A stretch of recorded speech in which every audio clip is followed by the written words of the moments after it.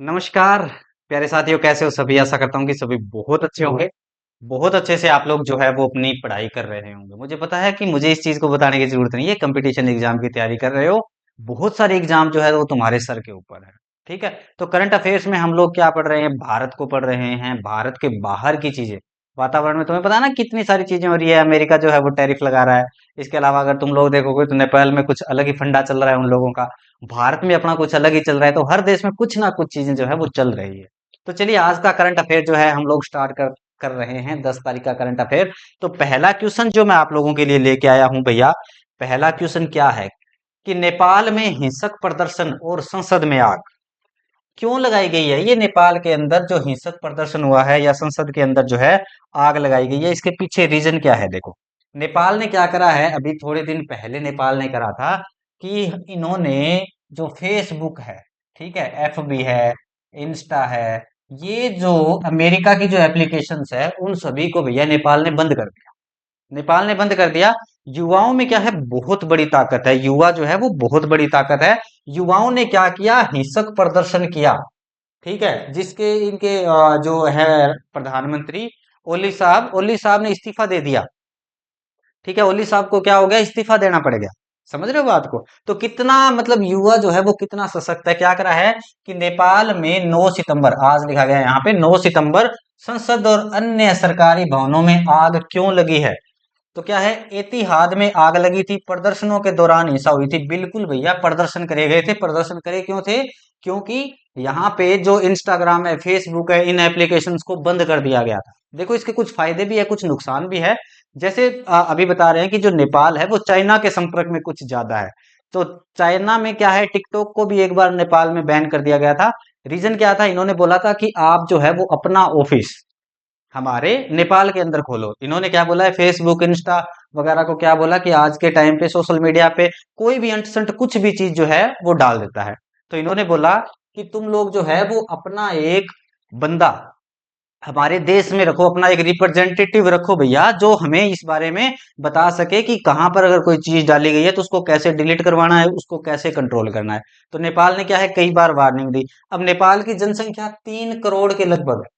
अब नेपाल की जनसंख्या भैया थोड़ी सी है, तो इन लोगों ने इस चीज को सीरियस नहीं लिया। चीन ने क्या करा था, जब टिकटॉक आया था, आपको भी पता है ना कि भारत के अंदर जो है वो टिकटॉक बैन हुआ था। वैसे ही टिकटॉक को नेपाल में भी बैन किया गया था।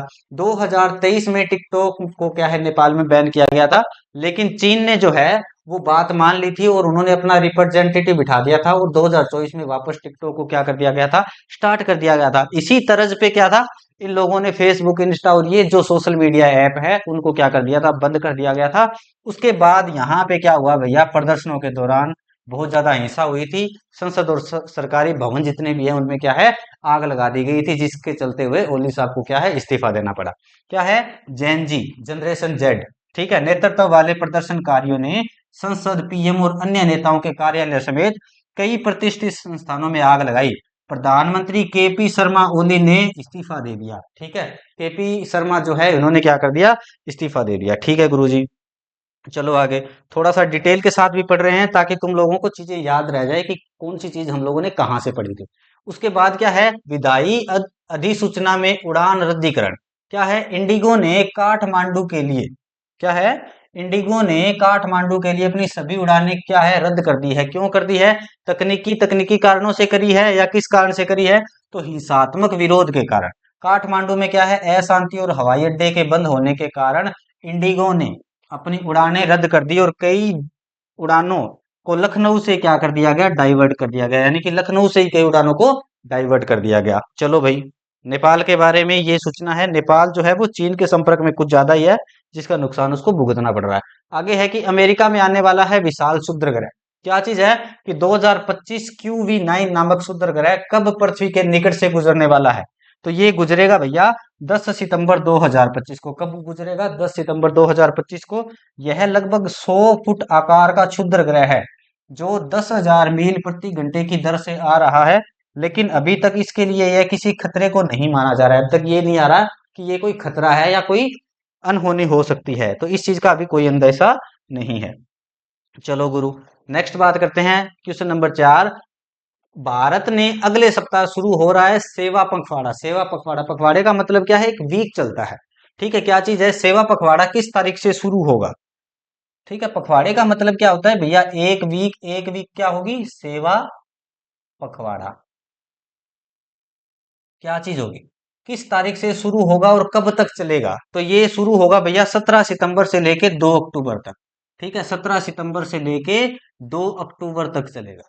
यह सेवा उन्मुक्त अभियान प्रधानमंत्री मोदी के जन्मदिन से शुरू होकर गांधी जी और शास्त्री जी की जयंती तक चलेगा, जिसमें स्वच्छता शिविर, एक तो क्या है, स्वच्छता के बारे में, रक्तदान शिविर के बारे में, पेड़ लगाने के बारे में और सांस्कृतिक कार्यक्रम जो है इस पखवाड़े में शामिल होंगे। ये सारे कार्यक्रम जो है 17 सितंबर से लेकर 2 अक्टूबर के बीच करवाए जाएंगे।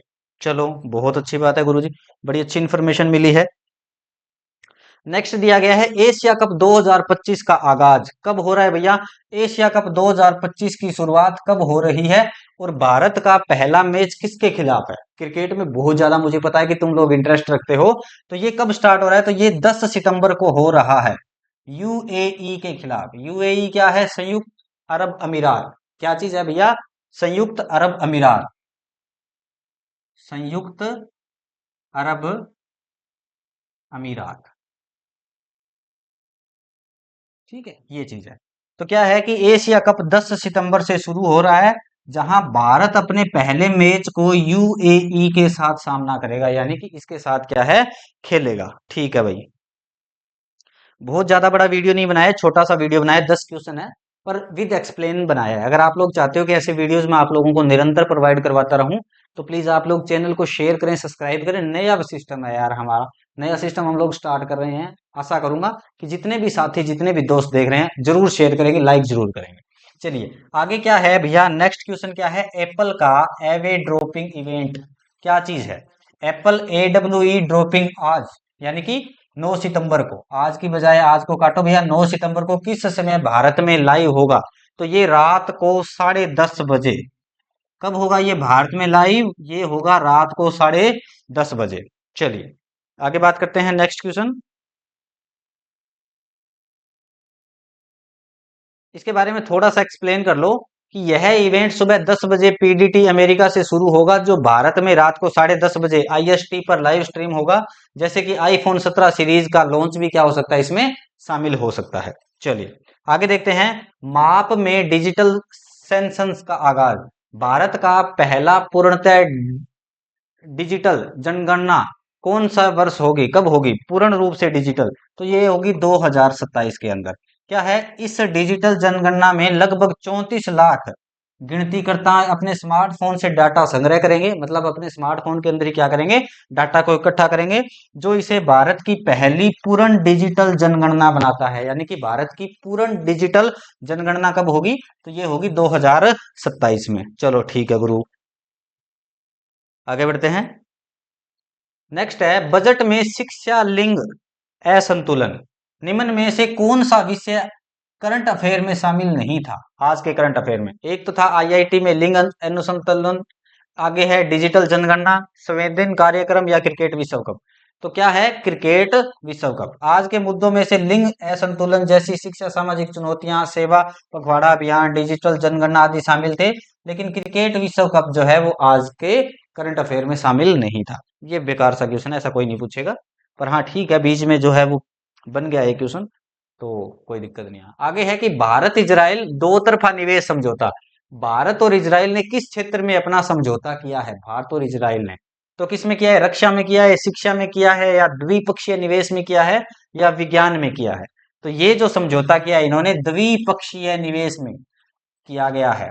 ठीक है, सी ऑप्शन क्या हो जाएगा इसका? राइट हो जाएगा। चलो थोड़ा सा इसको एक्सप्लेनेशन इसके बारे में पढ़ लेते हैं।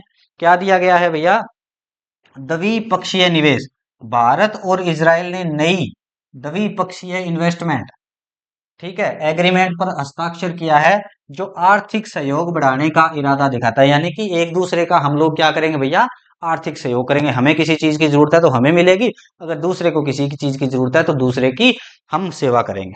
ठीक है, मतलब मदद करेंगे। चलो भाई आगे बात करते हैं। मुख्यमंत्री का स्वास्थ्य अभियान, किस नए अभियान की शुरुआत प्रधानमंत्री मोदी द्वारा 17 सितंबर को की जाएगी? कौन सा अभियान है ये है स्वस्थ नारी सशक्त परिवार अभियान। कौन सा अभियान है? ये है सशक्त परिवार अभियान। इसका पूरा नाम क्या है? स्वस्थ नारी सशक्त परिवार अभियान। यह अभियान महिलाओं और परिवार की स्वास्थ्य और सशक्तिकरण से जुड़ा है, जिसका शुभारंभ 17 सितंबर को किया जाएगा। और ये 17 सितंबर को कौन करेगा भैया? ये करेंगे हमारे भारत के प्रधानमंत्री श्री नरेंद्र मोदी। कौन? श्री नरेंद्र मोदी। चलिए, बताइए आज का सेशन जो है आप लोगों को कैसा लगा? एक बहुत क्विकली हम लोगों ने जो है 10 क्वेश्चन जो है पढ़े हैं। आशा करता हूं कि सभी को बहुत पसंद आया होगा। अपने दोस्तों के साथ शेयर करना ना भूलें। वीडियो पसंद आए तो लाइक करें। ज्यादा से ज्यादा जितने भी तुम लोगों के पास ग्रुप है भाई, स्टडी से रिलेवेंट जितने भी ग्रुप है, उनमें जरूर शेयर कर देना। Thank you so much. जय हिंद, जय भारत।